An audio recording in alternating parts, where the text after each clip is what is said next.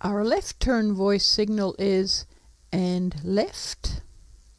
So just as we approach each corner, I'll say and left, about now, and left, about now, and left, and stop for a click and treat. Our right turn voice signal is and G. So before we get to the corner, I'll say and G,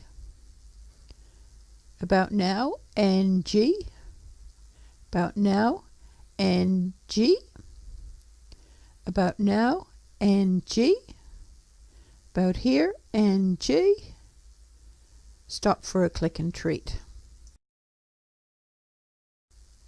Or we can use a bigger box with a higher barrier I've made here with some barrels and cones. So I'm saying and G as we approach each corner to turn right. The timing is important. You need to say and G before you get to the corner so the horse has time to organize its thoughts. So and G, and then it can remember it needs to turn. And G, about here. And stop for a click and treat every now and then. And left as we approach each corner. She'll remember our voice signals when I later use the same setup with 2 long reins. And left just before we get to the corner. Stop for a click and treat. We can also use a figure 8 pattern.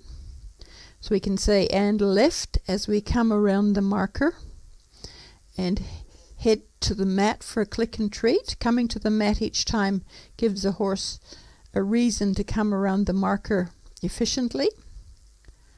And as we head this way, and G to turn right around the marker and back to the mat for a click and treat.